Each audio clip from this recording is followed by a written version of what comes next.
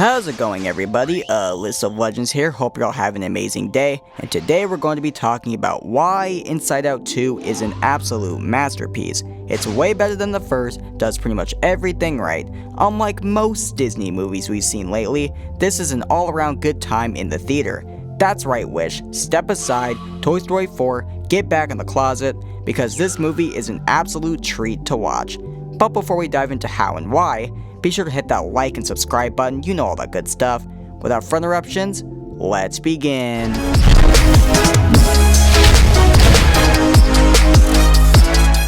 So it's been about 9 years since the first Inside Out came out on our screens, and now with 2024 more than halfway over, we get to see how things have changed with Miss Riley. And the biggest change so far is she is now a teenager. And with being a teenager comes with a lot of emotion commotion. This all starts when Riley goes through puberty, and a shiny big red button is pressed, leading to the introduction of new emotions, which are embarrassment, boredom, envy, and lastly, the big threat, anxiety. They basically just come in and are like, out with the old and in with the new, as anxiety takes charge, ruins all of Joy's hard work, which was pretty much just throwing out the bad and only keeping the good.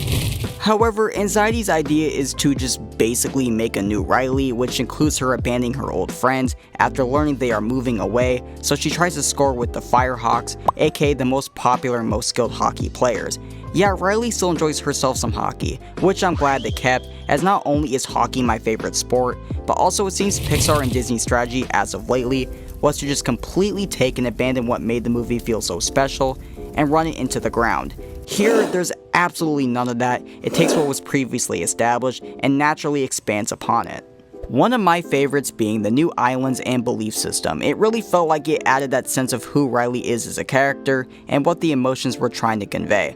The level of detail that went into the movie was absolutely incredible. There's just so much going on in a way where it not only doesn't overwhelm you, but really makes you appreciate how they were able to tackle these serious real life issues and bump it down to a child's level without it feeling too obvious. My favorite example being Riley's panic attack. You know, where she's gripping her chest, heart beating uncontrollably, her old friends coming in to make sure she's okay, similar to Puss in Boots' anxiety attack in The Last Wish. Think that, but handled even better.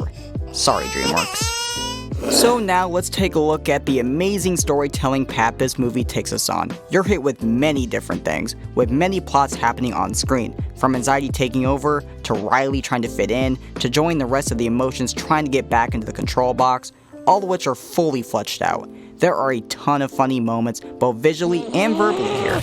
Like, I absolutely adore the sarcasm scene with the construction crew, and the many different animation styles of paper mache, 2D animation, video game characters, and of course my favorite being Pouchy.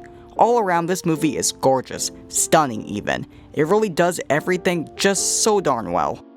So the main takeaway or battle here is mainly Joy's way versus Anxiety's way, and here is where you really see the movie's relatability shine. You have one side being Joy, who wants nothing more to thrive on the best ideals, making sure Riley is always doing the right thing, having some fun with her friends, even if it means them getting yelled at and looked at as total goofballs.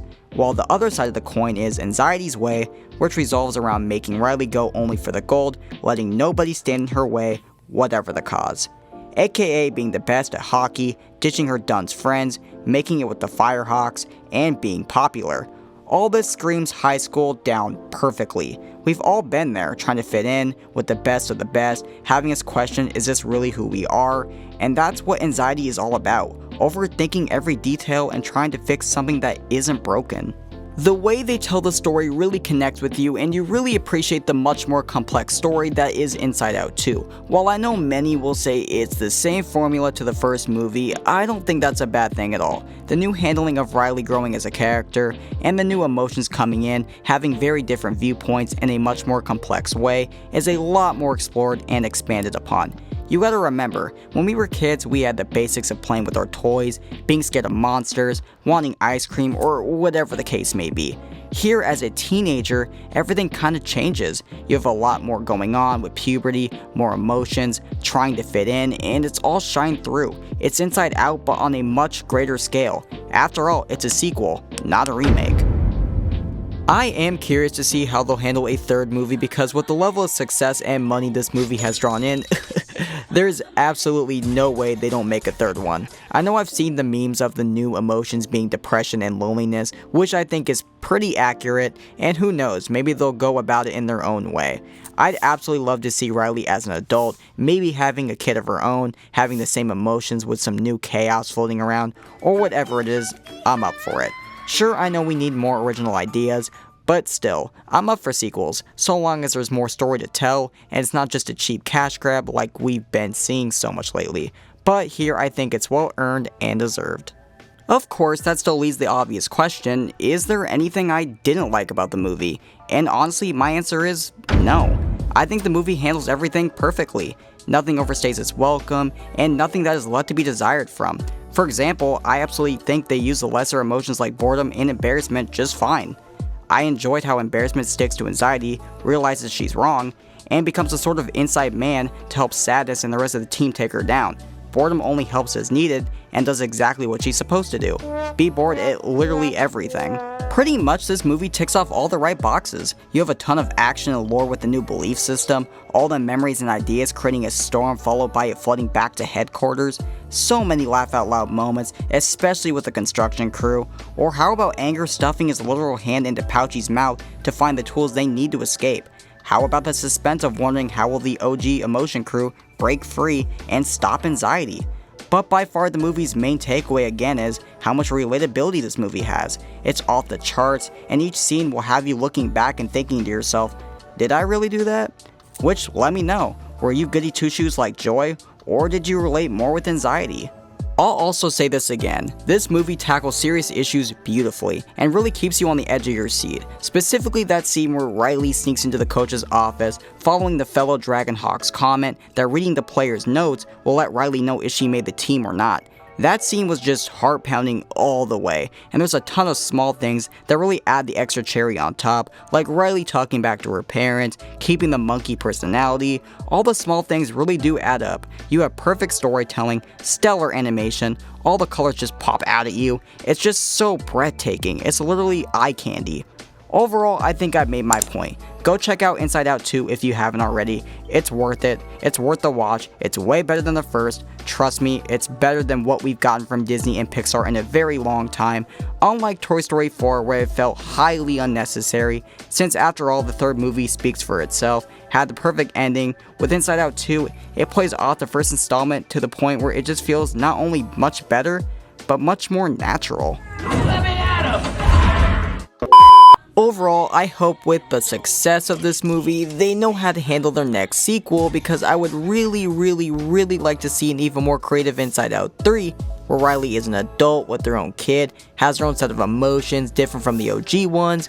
Maybe they could do something where you have both Riley and her kid having their sets of emotions going at one another. Riley trying to balance her life as an adult would be something I'd love to see, while of course looking after her kid and how she handles her emotions. I just think that would be an epic trilogy right there. Wouldn't surprise me if they didn't stop at 3 though, since that's when I personally would stop, but you know Disney, they'll keep them sequels coming in so long as the money keeps rolling in. Maybe if you like to see a versus battle between Toy Story 2 and Inside Out 2, let me know down below. I would recommend not requesting Toy Story 4 since I think the outcome would be pretty obvious. And at that point, I just feel like a bully. It's a complete mismatch. Or if you'd like to see how I'd write Inside Out 3, I'd definitely be down for that too. But alright viewers, that's the end of our list. Sorry for not going into as much detail as I'm sure most of you would have liked. I just wanted to give my basic thoughts without spoiling too much, as you can check out this awesome movie for yourself. Be sure to like, subscribe, you know all that good stuff. With all that said, I look forward to seeing you with our next list.